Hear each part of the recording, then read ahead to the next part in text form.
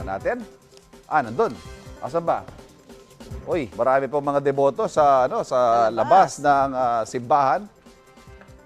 Biyernes po talaga ay Quiapo Day at dumadagsa mga deboto dyan tuwing araw ng first Friday of the month usually, no? Ang dali naman ng trapiko, silipin natin. Yung nasa kanan po, yan yung direksyon patungong Quezon City, yung kaliwa. Pa Quezon City yan, yung kanan naman patungong Maynila. Uy, maluwag po, magkabilang lane. Kahit maraming mga deboto dyan sa labas ng simbahan. Lipat naman tayo sa EDSA Kamuning. Asa na? Diyan, ayan po.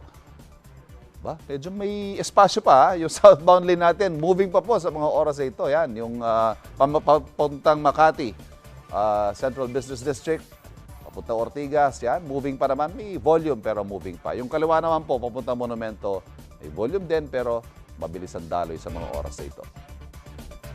At narito ang mga dapat abangan sa unang balita. Mga residente sa Solsona, Ilocos Norte, tsaga-tsaga sa pag-igib. Tayong problema ang supply ng tubig roon.